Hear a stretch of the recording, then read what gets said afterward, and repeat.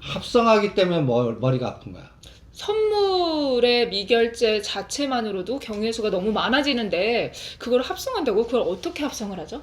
그러니까 예를 들어서 바스켓으로 구성해 갖고 예를 들어서 우리가 설명하기 좋게 이거는 우리가 홈페이지 게시판에 자료를 올려드렸어요. 그거를 참고하시고요.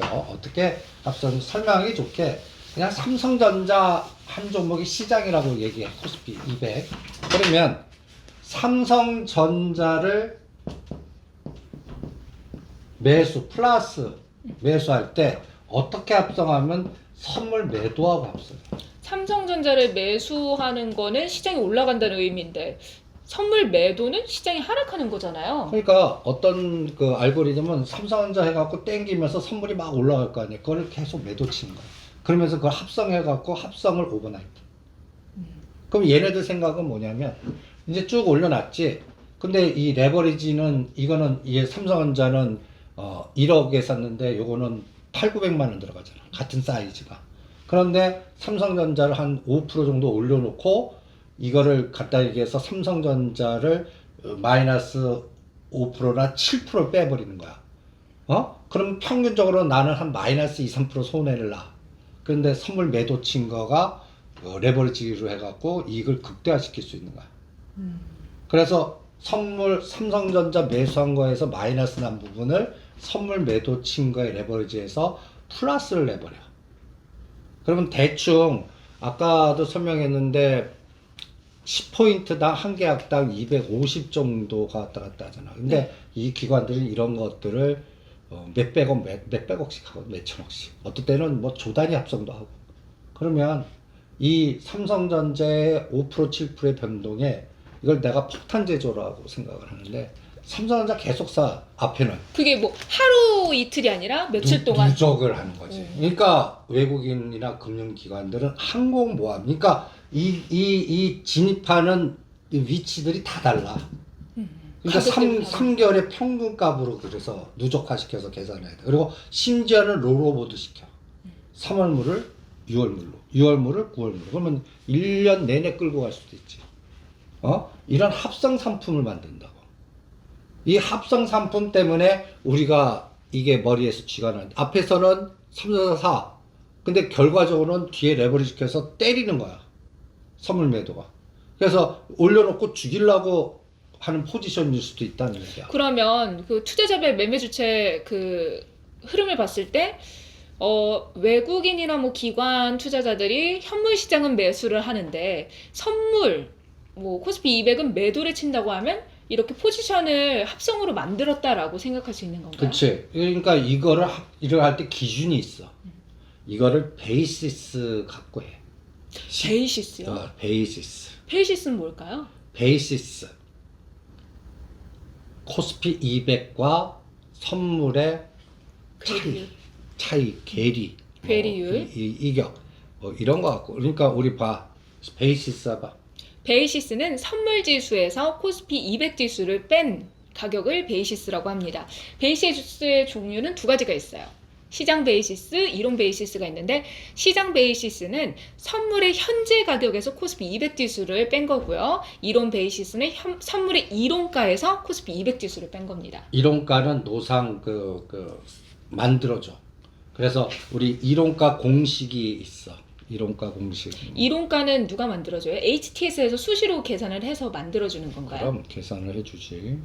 그럼 선생님 실제 투자를 할 때 시장 베이시스, 이론 베이시스를 뭐 다 알고 선물 옵션 매매를 해야 되는 거예요? 그럼 그게 플러스인지 마이너스에 따라서 오늘 시장의 변동성이 결정해. 그러면 시장 이론가 공식 한번 봐봐. 이거 공부했을 텐데.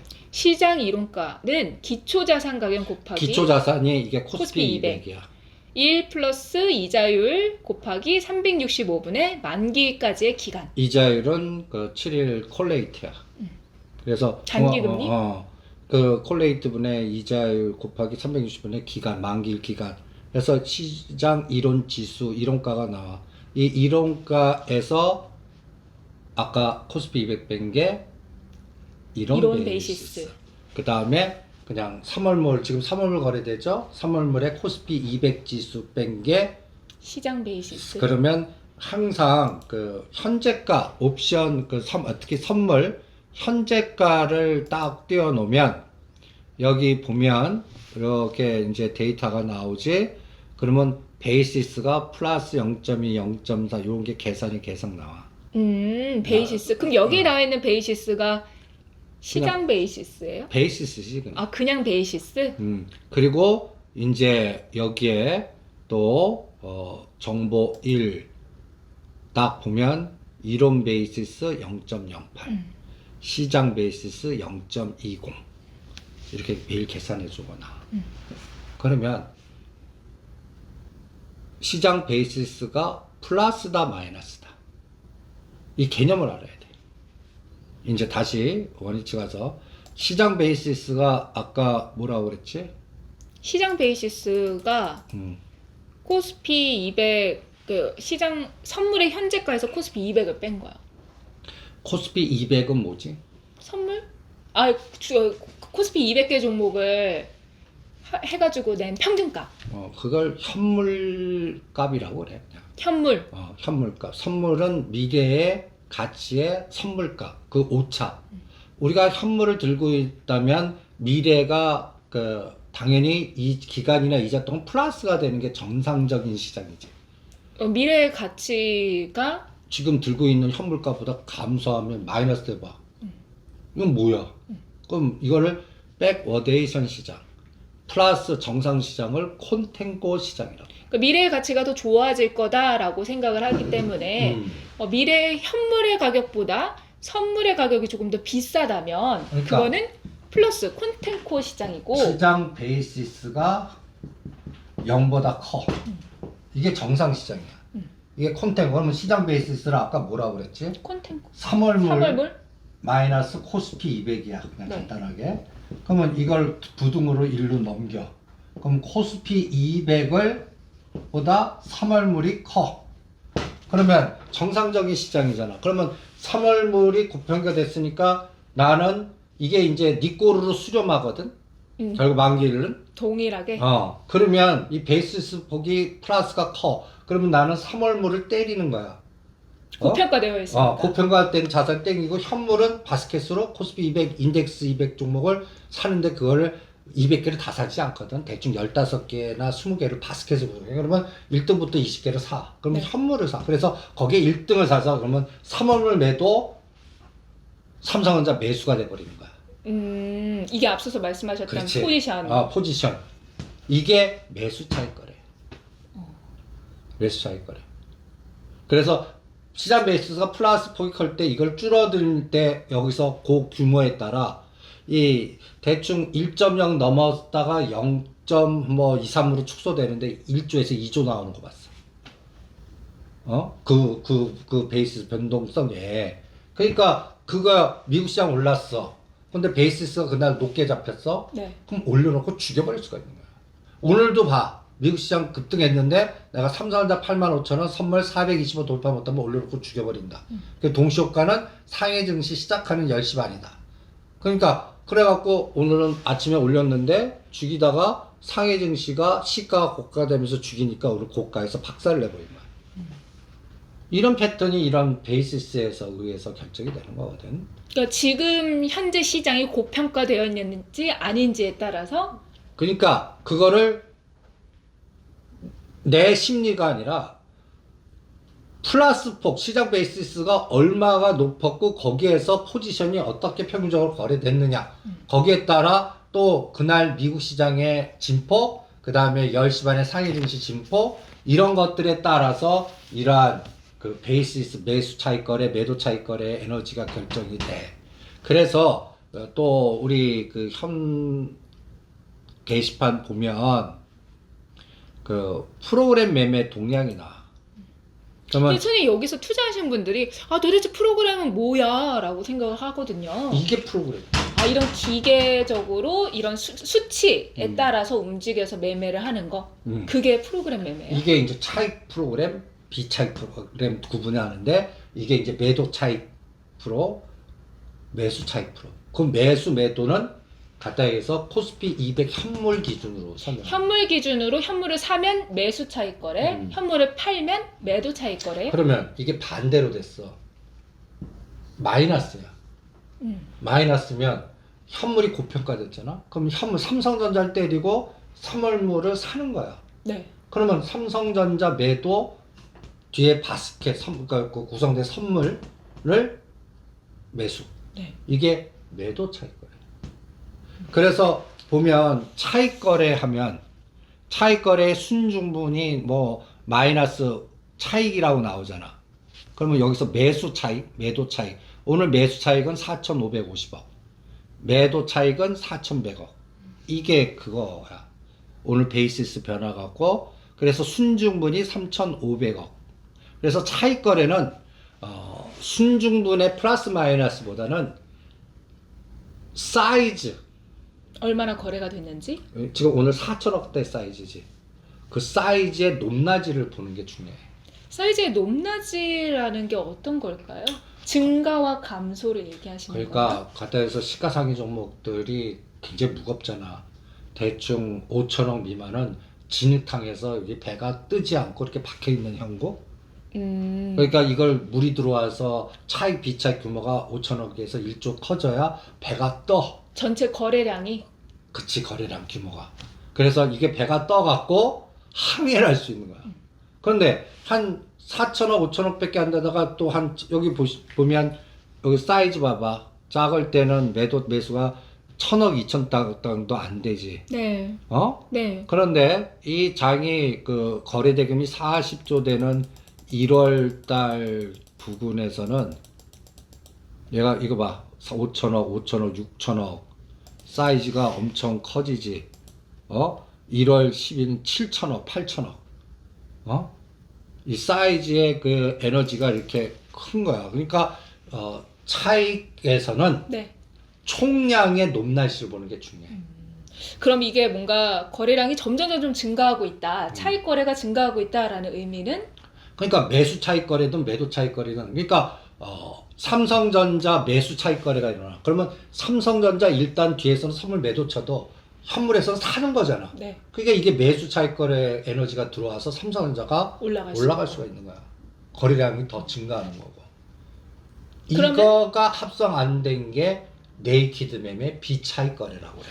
그럼 선생님 앞서서 차익 거래 양이 줄어든다는 거는 삼성전자를 올릴 생각이 없다라는 걸로 해석을 해도 되는 건가요? 그 의지가 없다는 거지. 올릴 의지가 없다. 우리 공매도도 지금 현재 안 되고 있고, 우리가 빌릴 수도 따로 없는 거고, 지네들끼리 하니까 사이즈가 줄어든 거고, 그러다 보니까 삼성전자는 어떤 면에서는 비차익 거래 매매 규모에 의존하는 경우도 많고, 그러니까 비차익은 그냥 순수하게 이렇게 합성이 안 됐어. 차익 거래는 그 현물과 선물 시장의 가격이 어디가 고평가되어 있느냐에 따라서 그 차이를 가지고 움직이는 거라서 이해가 되는데요. 그래서 시소하는 거야. 그럼 비차익은 뭐예요, 선생님? 난 나쁘게 봐서 그냥 삼성전자 그냥 때려버리는 거야. 그냥 비차익은 매도. 그런 흐름 상관없이 딱 종목을 골라서 그냥 매도를 하는 포지션이야? 그걸 바스켓 매매라고 그래. 바스켓 매도, 바스켓 매수. 그럼 바스켓도 구성을 할 때 뭔가 기준이 있을 텐데요. 그거는 매니저가 결정해. 많이 오르는 걸로 스피디 해갖고 오늘은 LG와 뭐 IT 섹터나 2차 전지가 너무 고평가된 것 같다. 그럼 그거를 샘플링으로 매도 차익 거래 하면서 반대로 못 올라간 것 경기 순환 사이클에 뭐 유통 소비주들을 매수를 해갖고 이렇게 하나는 사고 하나는 때리고. 그래서 매일 보면 기관 매도 상위 매수 상위에 그 랭킹 1등부터 20등을 또 그것도 계속 데이터화 시키면 감이 잡혀. 볼 것도 많지. 그럼 선생님 비차익 거래에서 좀 많이 떨어진 거를 올리고 많이 오른 거는 정리를 한다고 하셨잖아요. 그러면 이 포지션이 좀 뭐 급등주들이랑은 상관없이 좀 대세적으로 상승 이렇게 가는 종목들의 움직임이 이거랑 일치하겠어요? 많이 일치하지. 그래서 매일매일 비차익 규모의 그러니까 삼성전자 총량 중에 이게 합성된 규모는 얼마고 이게 또 순수하게 네이키드 된 게 얼마인지 이것도 직관적으로 그걸 어떻게 알죠? 합성이 되고 또 네이키드인지 그거를 아까 매매 주체별의 선물 사이즈 보면 알아. 선물 사이즈가 대충 균형적으로 현물하고 합성하거든. 네. 그러니까 선물의 오늘 총 사이즈, 그리고 선물 그 사이즈가 미결제가 늘어난 건지 청산된 건지, 그리고 아까 차익거래의 총량, 그게 뭐 2천억 단인지 4천억 단인지 5천억 단, 그거 갖고 보면 대충 감이 잡히고, 그 다음에 현물 선물의 평균적인 그 일정의 누계들 그 데이터를 매일매일 추적해 보면 거기서도 감이 나와. 그래서 금요일 날 2조 때렸다는 게 치명적이고, 오늘도 보면 비차익에서 보면 여기 보면, 그래서 이러한 동향들을 계속 통계치로 누계화 시키는 게 중요해. 그래야 시장 대비 감을 할 수가 있는 거거든. 그러니까 그냥 단순히 오늘의 수치를 보는 게 아니라 오늘도 30분 전과 지금이 다르니까. 30분 단위 끊어서 보고, 그 다음에 종가 기준으로 누계의 변화. 금요일 날에 2조 2천억 때렸잖아. 이거 순수하게 비차익. 오늘 장중에는 플러스가 났었거든. 네. 오전까지 한 1,400억, 1,500억. 지금 마이너스 1,600억으로 끝났어. 그럼 장중에 바스켓으로 매수 들어왔다가 그걸 청산하고 매도를 쳤다는 의미인가요? 그렇지. 그러니까 높낮이가 벌써 3천억이 차이가 나는 거지. 그래서 매일 그 선물과 그 고가였을 때 그 점에서의 규모, 저점에서의 규모, 어떤 때는 이게 조가 차이가 나는 경우도 많아. 낙차가. 그러니까 이런 걸 변동성이라고 그러거든. 그래서 오늘도 보면 중국집 빠져갖고 오늘 올려놓고 죽입니다. 이게 이제 파생시장의 영역을 아는 사람들은 그렇게 그러면 올려놓고 죽여버리면 플러스 50포인트가 보합까지도 흔들 수 있거든. 에너지에 따라. 이게 3천억이냐 낙자가 1조냐에 따라. 그 삼성전자가 오늘 85,000원, 1,000원 단위 빠질 때마다의 에너지를 느끼는 거거든.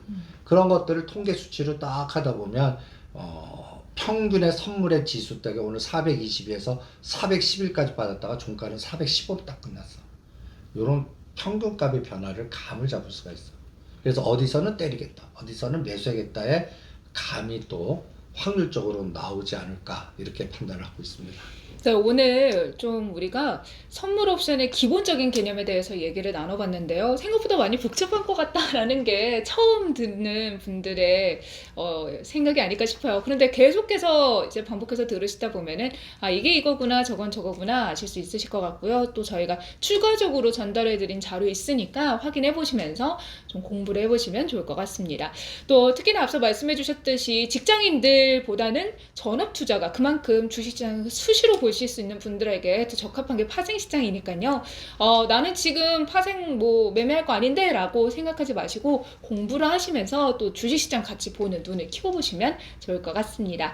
자, 오늘 저희가 준비한 내용 여기까지고요. 저희는 다음 시간에 찾아뵙도록 하겠습니다. 여러분들의 구독, 좋아요 통해서 힘을 받고 있으니까요. 많이 많이 부탁드리고요. 저희는 다음 시간에 뵐게요. 여러분 안녕.